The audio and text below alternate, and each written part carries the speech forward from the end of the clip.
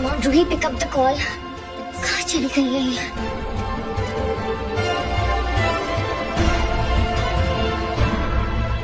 क्या वो तुम इतनी परेशान क्यों लग रही हो? और रूही कहाँ गई? रूही ने चेकआउट कर लिया है। What? तो बिना कुछ बोले चली गई? गॉड, अगर रास्ते में उसको कोई प्रॉब्लम हो गई तो कैसे मैनेज करेगी?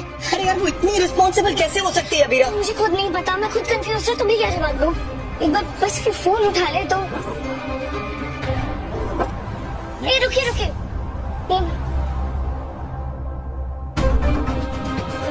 ये तो रूही की दवाइयाँ है ना, वो अपनी दवाइयाँ भी छोड़ गई। उसे पूछी की खुद की किसी की भी कोई चिंता नहीं है क्या? तुम तो प्लीज काम डाउन करो प्लीज। थैंक्स टू रूही, वो तो पॉसिबल नहीं है अबीरा। आई विश बस एक बार वो फोन उठा ले, बस एक बार उससे बात हो जाएगी। वो घर ही गई होगी ना, अब तो जो भी बात होनी है घर पर ही होगी। उस दिन जानबूझ के उनके सामने से गई थी, फिर क्या अभी ने मुझे देखा होगा या फिर वो चारूदी की आंखों में ही देखते रहे? अपनी लाइफ का सबसे इम्पोर्टेंट गेम खेल रहे हो। अगर जीती तो सब मिल जाएगा, और अगर हारी तो सब खो दूंगी। क्या खो देगी बेटा?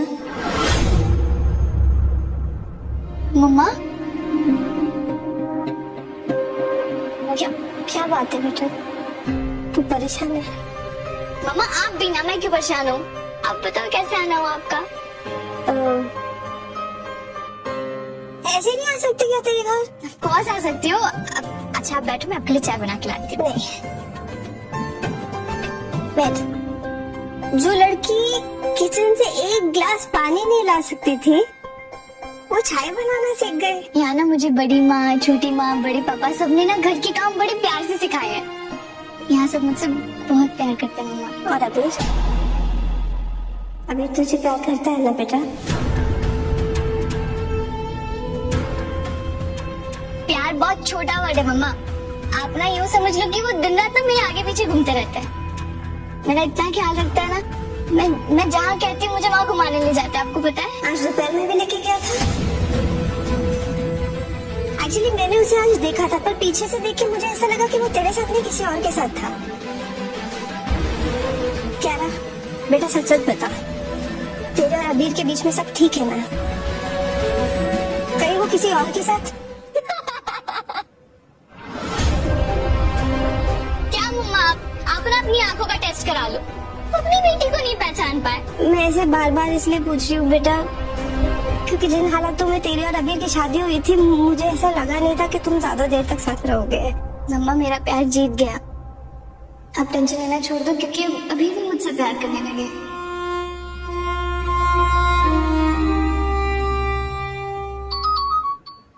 बोल चारूदी। हाँ चारूदी। क्यारा, तो कल घर आ सकती है, मुझे तुझसे बात करनी थी। हाँ ऑफ कोर्स मैं आऊंगी ना। हाँ बाय। ओह माय गॉड, यहाँ पे बहनों के बीच में इतना प्यार उमड़ रहा है, मैं ऐसे ही परेशान हो रही थी। अब आप क्यों परेशान हो रही थी? मुझे लगा तेरे और चारू के बीच में दूरियां आ जाएंगी, पर चारू ने तुझे माफ कर दिया। तो दिल कितना बड़ा है, तो कितनी लकी है कि तुझे ऐसी बहन मिली है। मैं बहुत लकी हूँ मम्मा, मुझे चारूदी जैसी बहन मिली है। बहुत।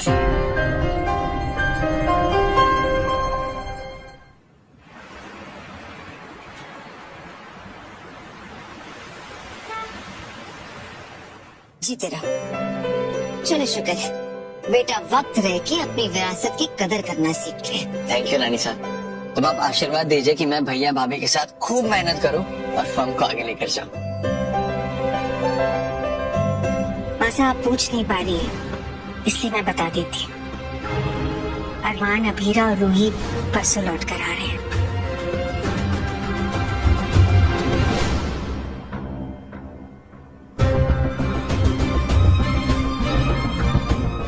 ओह गॉड, मुझे तो लगा तब तक सब सो गए होंगे। अब मैं इनसे क्या कहूँ? रूही, तुम लोग तो परसों आने वाले थे ना? अब इतना भारी भरकम बैग कहाँ लेकर आ रहे हो? मुझे अकेले आ गई रूही। अरमान और वो लड़की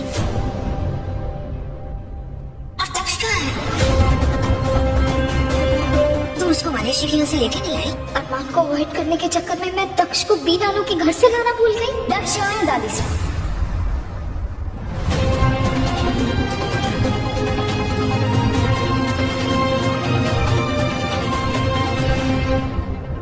और आप ही महाफानी हैं। आपको सच में लगा कि रोहित दक्ष को परनानू के यहाँ से लाना ही भूल गई?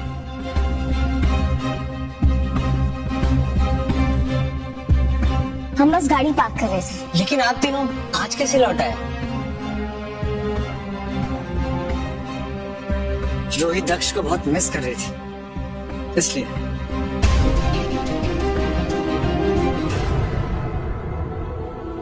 तुम तीनों को वो जगह पसंद तो आई ना?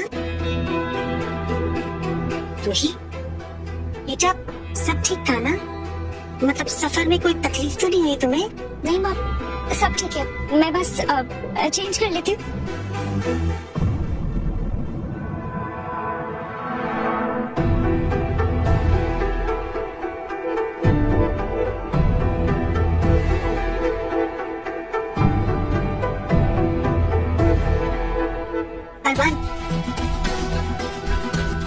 ये रोहित के सनग्लासेस है।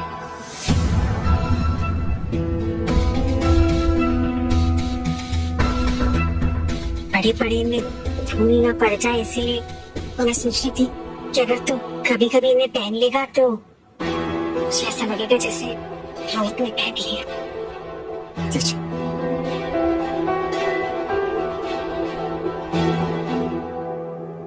अगर इन्हें पहनने से आपके मन को तसल्ली मिलती है तो मैं पहन लेता हूँ।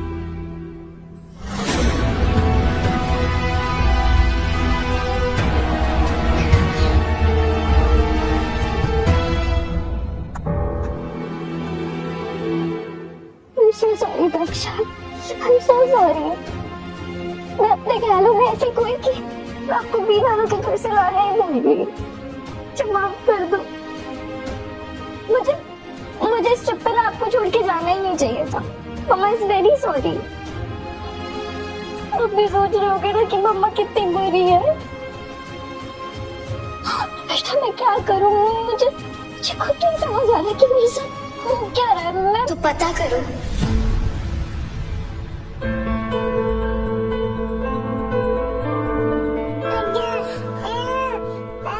पता करो और हमें बताओ ताकि हम भी तुम्हारी मदद कर सकें। रूही, हम तीनों ने एक दूसरे से प्रॉमिस किया था ना कि हम एक दूसरे से कुछ नहीं छिपाएंगे। तुमने कहा कुछ छुपा रही हूँ? मैं कुछ भी तो नहीं छुपा रही हूँ। तो फिर तुम वहाँ से अचानक क्यों चली आई? हार्मोनल चेंजेस की वजह से। पल पल तो मेरा मूड बदल रहा था, तो मैंने सोचा तुम्हारा भी मूड ऑफ होगा, इसलिए आ गई। पर तुम दोनों क्यों वापस आ गए? एक दो दिन और रुकते ना, अच्छे से एंजॉय करते। तुम ऐसी हालत में वहाँ किसी को कुछ बिना बताए यहाँ चली आई, तो हम वहाँ कैसे रुकते? I am sorry. रूही, देखो हम बेबी मून पर तुम्हारे लिए गए थे ताकि तुम्हें थोड़ा बेटर फील हो। अगर मुझसे या अरमान से कुछ भी गलत हो गया हो, हमारी किसी भी बात का तुम्हें बुरा लगा हो, तो please we are very sorry Ruhi. Ruhi, Ruhi तुम रो क्यों रही हो? अब तुम अकेले नहीं हो, पर मैं तुम्हें छोड़ के कहीं नहीं जाऊंगा।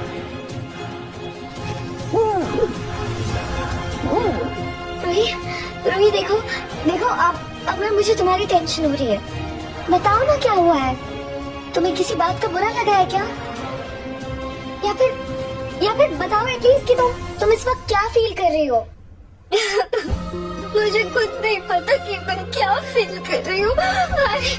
I'm sorry अबेरा।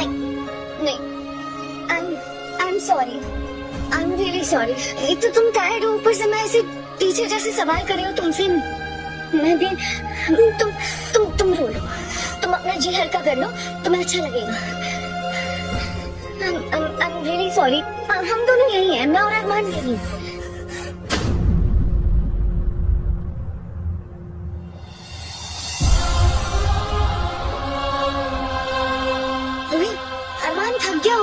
वो चला गया।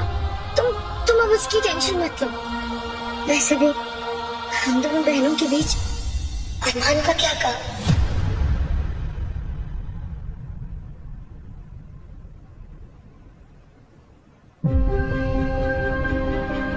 तुम यहाँ क्यों आई हो? जाके रूही के पास ही रहो। तुम इरिटेट क्यों हो रहे हो अरमान? प्रेगनेंसी में तो मूड स्विंग्स कॉमन होते हैं ना। और बेबी और अपनी जान को रिस्क में डालना भी कॉमन होता है। अभी ना उसको वहाँ नहीं रुकना था तो हमसे कह देती ना, हम उसे जबरदस्ती रोक कर थोड़ी रखते।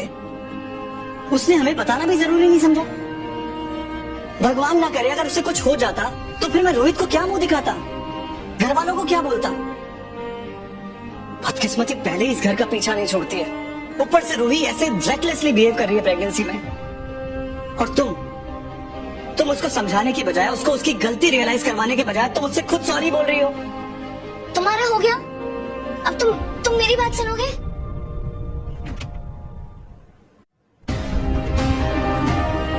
आई नो रूही को ऐसी हालत में ऐसा नहीं करना चाहिए था, लेकिन रूही की कोख में हमारा पोखी है और उसके दिल में रोहित को खोने का दर्द। ये दर्द इतनी जल्दी उसका पीछा नहीं छोड़ने वाला। वो जब भी मुस्कुराने की कोशिश करेगी ये दर्द उसके सामने आएगा गिल्ट बनकर और उसे रोकेगा। आई एम श्योर आज भी वही हुआ होगा, तभी वो ऐसे अचानक। वरना सब बिगड़ जाएगा रोहित, सब बर्बाद हो जाएगा, सब बर्बाद हो जाएगा। उनकी को संभालो।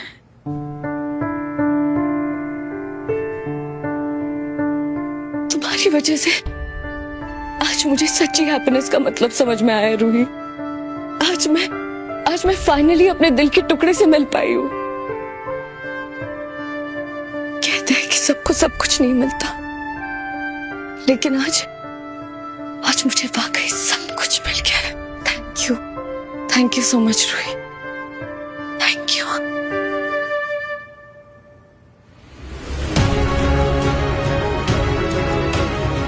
अभीरा,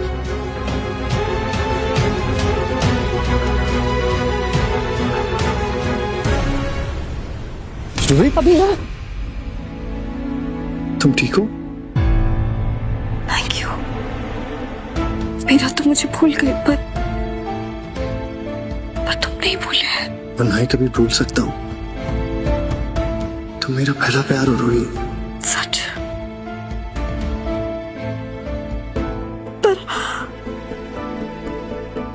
पर अभीरा का क्या? मुझे मेरा बच्चा मिल गया। अब मुझे लाइफ से और कुछ नहीं चाहिए, कुछ नहीं चाहिए। मतलब अरमान अब मेरा हुआ।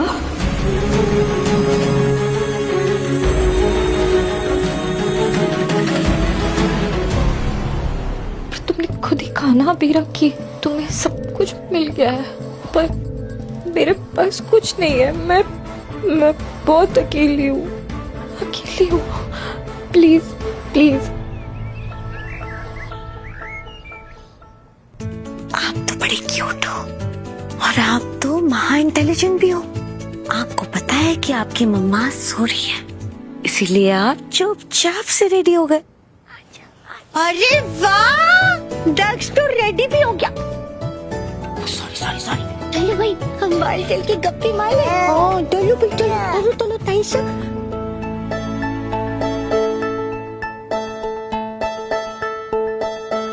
दक्ष, आपने दादी को बताया?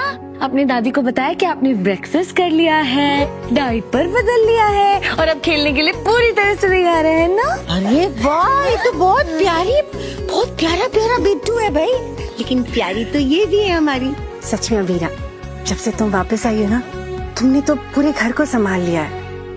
मेरे लिए अरमान ही अब रोहित है। मैं चाहती हूँ कि तू रोहित का कोट पहने और फर्म में उसकी जगह ले।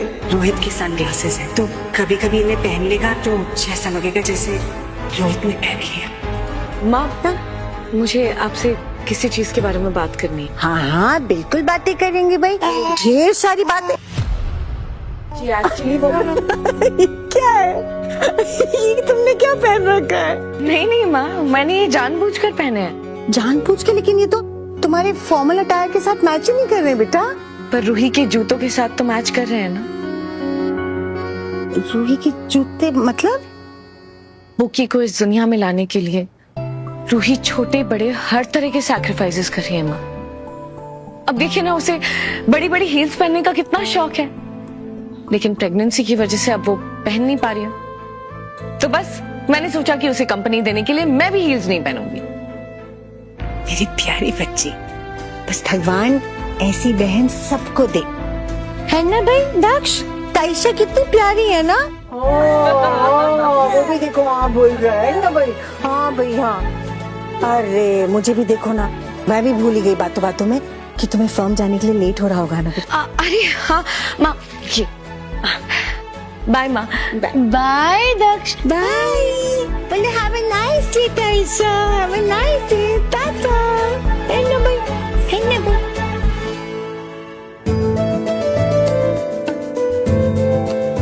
अब तो अरमान और अबीरा फर्म चले गए होंगे।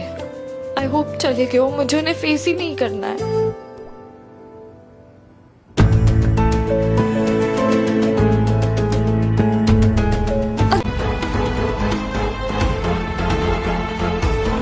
लेकिन मैं क्यों परेशान हो रही हूँ?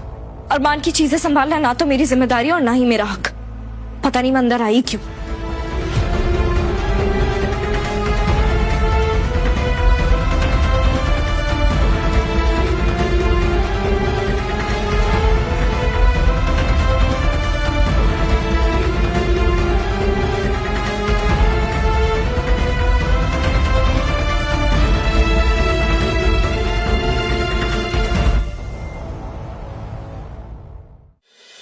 तुम्हें क्या लगता है लड़की, ये तकिया लगाने से तुम्हें ऐसे लगेगा कि तुम्हारे अंदर बच्चा पल रहा है? प्रेगनेंसी का दर्द वो दर्द होता है लड़की, जिसके बारे में सोच के भी कलेजा मुंह तक आ जाता। मां बनना क्या होता है लड़की, ये तुम कभी नहीं समझ सकती। मेरा होप, मेरी हैप्पीनेस, सब कुछ एक भ्रम है। मैं पूरी तरह कभी मम्मा नहीं बन पाऊंगी। नमस्कार। विजयनगर में गंगू नाम का व्यक्ति रहते था। उसके बारे में कहा जाता था कि वह बड़ा ही मनुष्य और जो सुबह सुबह उसकी शक्ल देख ले उसे खाना भी नसीब नहीं होता। धीरे धीरे यह बात पूरे विजयनगर में फैल गई और महाराज कृष्णदेवराय को भी इसके बारे में पता चला। उन्होंने सोचा कि उनके राज्य में इस तरह के मनुष्य व्यक्ति का रहना उचित नहीं है, किंतु राजा बहुत न्यायप्रिय थे। उन्होंने सोचा कि पहले वो यह देखना कहते हैं कि इस बात में कितनी सच्चाई है। राजा ने अपने सेनापति को आदेश दिया कि गंगू को उनके सामने लाया जाए। सैनिकों ने गंगू को राजा ने अपनी सेनापति को आदेश दिया कि गंगू को उनको सामने लाया जाए। सैनिकों ने गंगू को महाराज कृष्णदेवराय के समक्ष पेश किया। महाराज कृष्णदेवराय जिस कमरे में सोते थे उसी में गंगू के लिए भी बिस्तर लगवाया और सुबह जब राजा सोकर उठे तो उन्होंने सबसे पहले गंगू का चेहरा देखा। कुछ देर बाद अचानक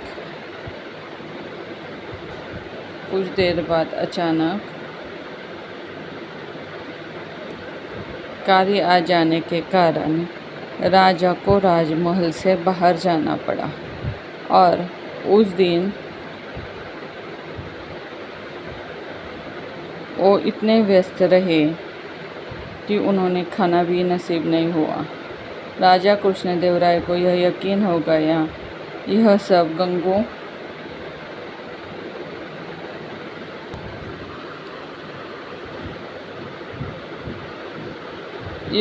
गंगू का चेहरा देखने के कारण हुआ है। राजा ने सोचा जब इस व्यक्ति के कारण मुझे भोजन नसीब नहीं हुआ तो शहर के दूसरे लोगों के साथ क्या होता होगा।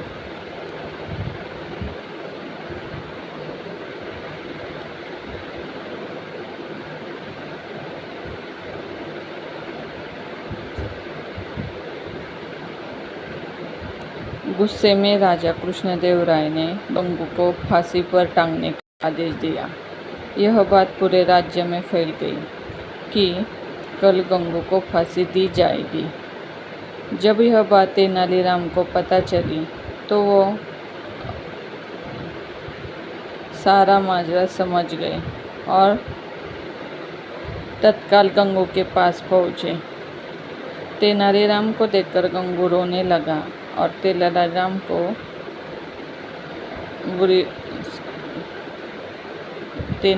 को पूरी बात बतलाई। तेनालीराम ने गंगू को सांत्वना देते हुए उससे कहा कि जैसा वो कहे गंगू को वैसा ही करना होगा। गंगू को भी तेनालीराम की बात समझ गया। दूसरे दिन जब गंगू को फांसी दी जानी थी तभी गंगू से उसकी अंतिम इच्छा पूछी गई। गंगू बोला, मुझे महाराज से मिलकर कुछ बतलाना है, यह मेरी अंतिम इच्छा है। सैनिकों ने महाराज कृष्णदेवराय से गंगू की अंतिम इच्छा बतलाई। महाराज कृष्णदेवराय गंगू की अंतिम इच्छा पूर्ति के लिए उसके पास गए और बोले, बतलाओ गंगू, तुम्हें क्या बतलाना है? गंगू बोला, महाराज, इस राज्य में एक व्यक्ति मुझसे भी ज़्यादा मनुष्य है। पहले दंड उसे मिलना चाहिए, फिर मुझे। महाराज कृष्णदेवराय ने बड़े आश्चर्य से गंगू से पूछा, गंगू बतलाओ, वह मनुष्य व्यक्ति कौन है? गंगू बोला, महाराज, वह मनुष्य व्यक्ति कोई और नहीं बल्कि इस राज्य का राजा अर्थात आप खुद हैं।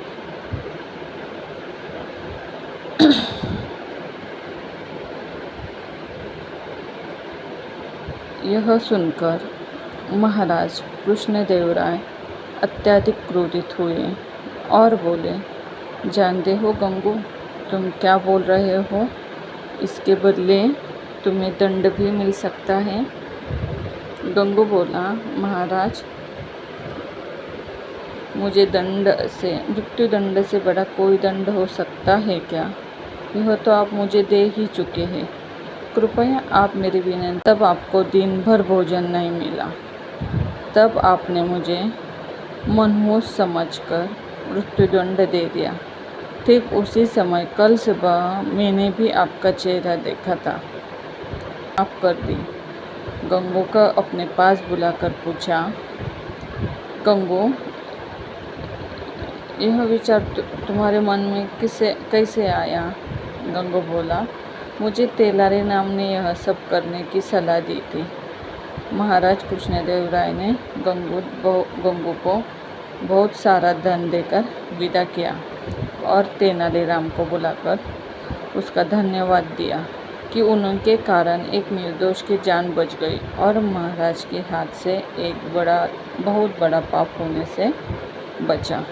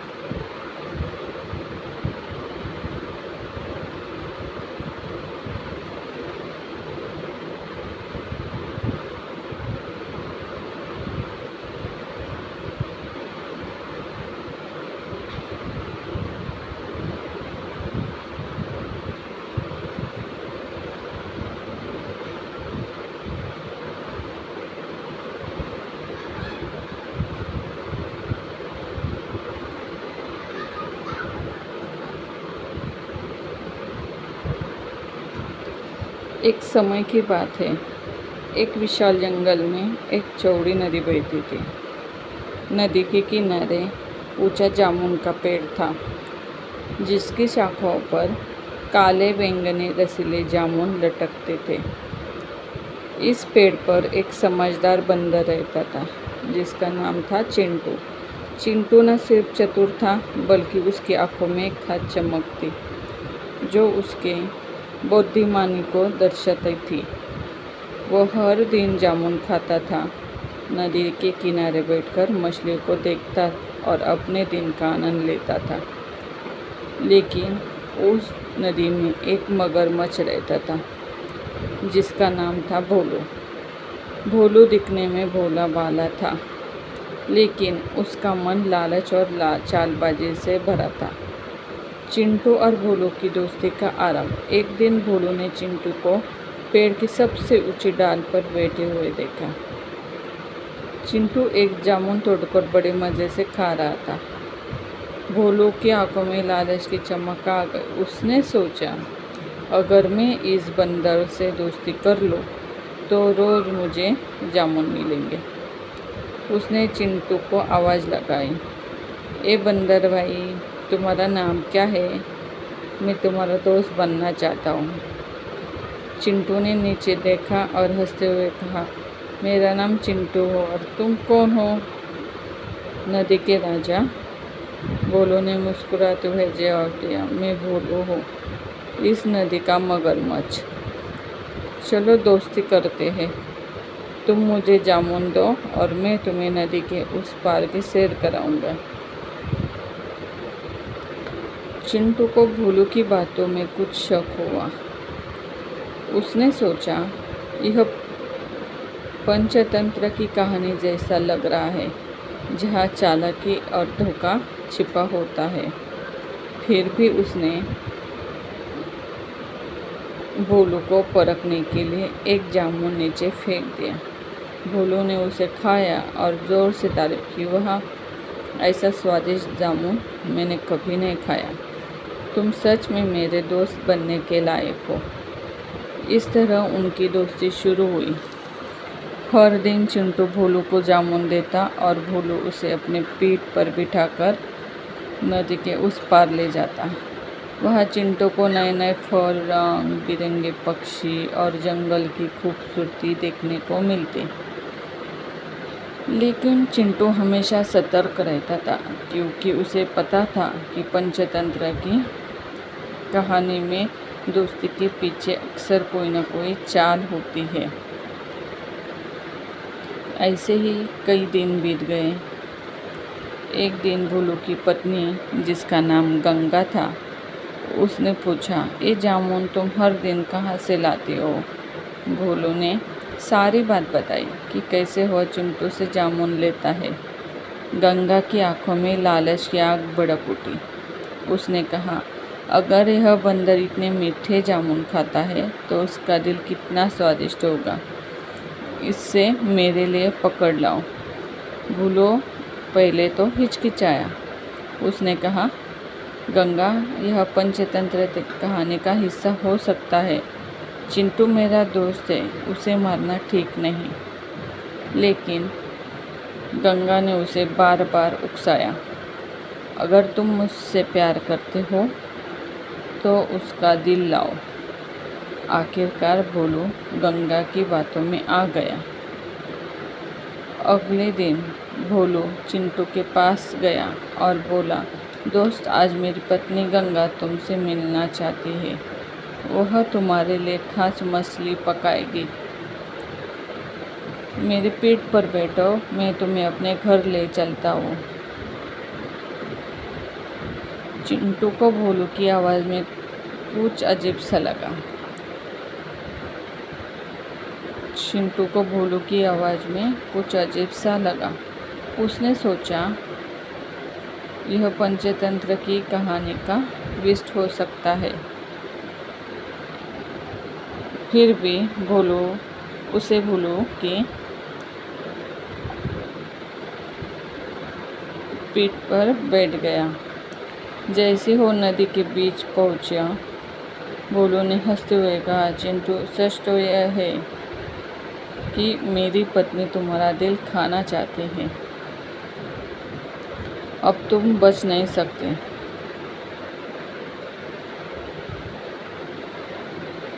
यह सुनकर चिंटू के होश उड़ गए।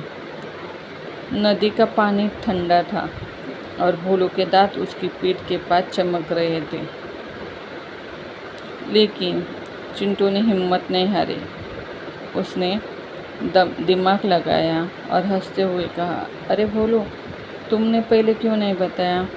मेरा दिल तो पेट पर ही छूट गया है। मैं उसे जामुन के साथ रखता हूँ ताकि वह मीठा बना रहे। चलो वापस चलते हैं, मैं उसे ले आता हूँ। भोलू को चिंटू की बात सच लगी। उसने सोचा कि यह पंचतंत्र की कहानी में सचमुच एक नया मोड़ है। वह तुरंत किनारे की ओर मुड़ा। जैसे ही वे किनारे पर पहुँचे, चिंटू तेजी से पेड़ पर चढ़ गया और ऊपर से चिल्लाया, भोलू, तुम्हें क्या लगा मैं अपना दिल पेड़ पर छोड़ दूंगा? तुम्हारी चाल समझ में आ गई थी, अब कभी मेरे पास मत आना। चिंटू की चतुराई ने उसे संकट से बाहर निकाला। भोलू को अपनी मूर्खता पर गुस्सा आया और वह जोर जोर से दहाड़ा। लेकिन चिंटू पेड़ की ऊंची डाल पर सुरक्षित था। चिंटू ने ऊपर से कुछ जामुन फेंके और कहा, ये लो, आखिरी बार जामुन खा लो हो। लालच भोलू सबक है कि लालच हमेशा हारता है। भोलू चुपचाप जामुन खाकर नदी में वापस चला गया। कई दिन बीत गए। भोलू को अपनी हार बर्दाश्त नहीं हुई।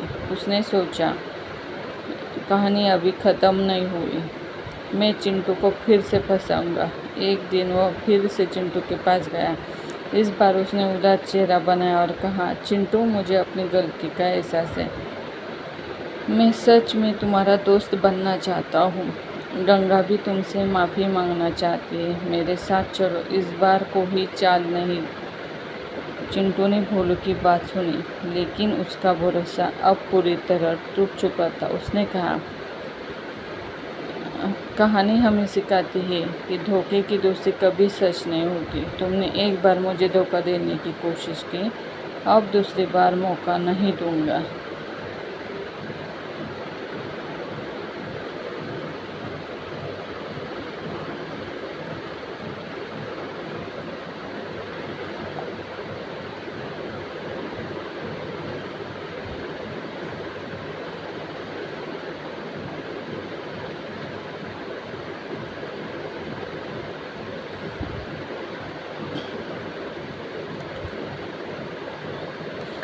अश्वत्थामा के गुरु द्रोणाचार्य और कृपि के पुत्र थे।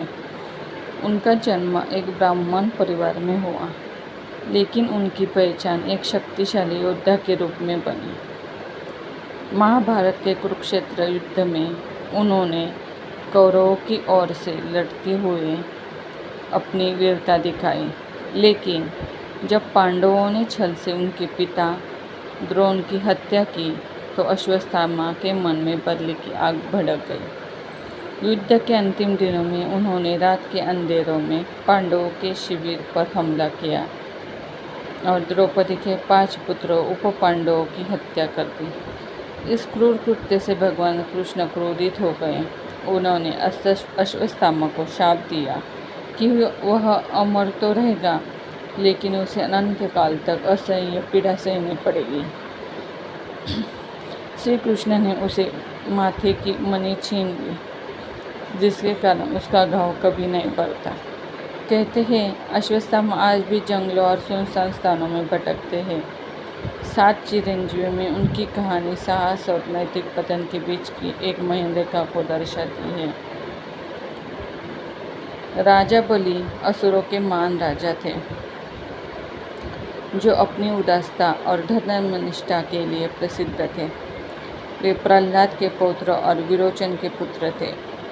उनके शासन में असुरों की समृद्धि अपने चरण में थी। उनकी कीर्ति इतनी फैली थी कि भगवान विष्णु को वामन अवतार ले आना पड़ा। वामन ने बलि से 3 पग भूमि मांगी। बलि ने बिना हिचक स्वीकार कर लिया। वामन ने अपने विराट रूप में 2 पग में स्वर्ग और पृथ्वी नाप ली। तीसरे पग के लिए बलि ने अपना सिर आगे कर दिया। बलि की निष्ठा से प्रसन्न होकर विष्णु ने उन्हें पाताल लोक का राजा बनाया और अमरता का वरदान दिया। केरल में ओणम पर्व के जरिए उनकी याद आज भी जीवित है, जब वह हर साल अपनी प्रजा से मिलने आए थे। 7 चिरंजीवियों में बलि त्याग और सम्मान के प्रतीक है।